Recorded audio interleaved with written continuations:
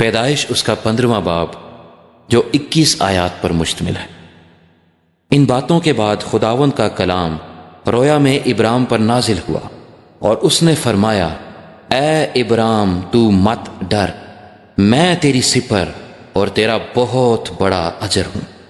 Abram نے کہا، اے خداوند خدا، تو مجھے کیا دے گا، کیونکہ میں تو بے اولاد جاتا ہوں اور میرے گھر کا مختار دمشقی الیعزر ہے۔ پھر ابرام نے کہا، دیکھ تو نے مجھے کوئی اولاد نہیں دی، اور دیکھ میرا خانہ زاد میرا وارث ہوگا۔ تب خداوند کا کلام اس پر نازل ہوا اور اس نے فرمایا، یہ تیرا وارث نہ ہوگا، بلکہ وہ جو تیرے صلب سے پیدا ہوگا وہی تیرا وارث ہوگا۔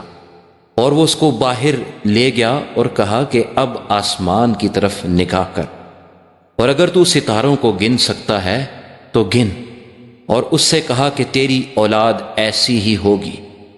اور وہ خداوند پر ایمان لایا، اور اسے اس نے اس کے حق میں راست بازی شمار کیا۔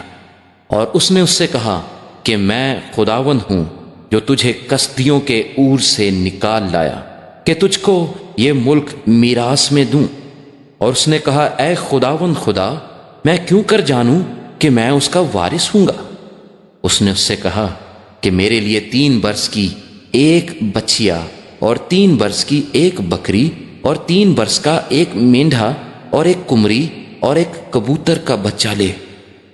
اس نے ان سبوں کو لیا اور ان کو بیچ سے 2 ٹکڑے کیا، اور ہر ٹکڑے کو اس کے ساتھ کے دوسرے ٹکڑے کے مقابل رکھا، مگر پرندوں کے ٹکڑے نہ کیے۔ تب شکاری پرندے ان ٹکڑوں پر جھپٹنے لگے، پر ابرام ان کو ہنکاتا رہا۔ سورج ڈوبتے وقت ابرام پر گہری نیند غالب ہوئی، اور دیکھو ایک بڑی ہولناک تاریکی اس پر چھا گئی۔ اور اس نے ابرام سے کہا، یقین جان کہ تیری نسل کے لوگ ایسے ملک میں جو ان کا نہیں پردیسی ہوں گے، اور وہاں کے لوگوں کی غلامی کریں گے، اور وہ 400 برس تک ان کو دکھ دیں گے، لیکن میں اس قوم کی عدالت کروں گا جس کی وہ غلامی کریں گے، اور بعد میں وہ بڑی دولت لے کر وہاں سے نکل آئیں گے، اور تو صحیح سلامت اپنے باپ دادا سے جا ملے گا اور نہایت پیری میں دفن ہوگا۔ اور وہ 4تھی پشت میں یہاں لوٹ آئیں گے، کیونکہ اموریوں کے گناہ اب تک پورے نہیں ہوئے۔ اور جب سورج ڈوبا اور اندھیرا چھا گیا تو ایک تنور جس میں سے دھواں اٹھتا تھا دکھائی دیا، اور ایک جلتی مشعل ان ٹکڑوں کے بیچ میں سے ہو کر گزری۔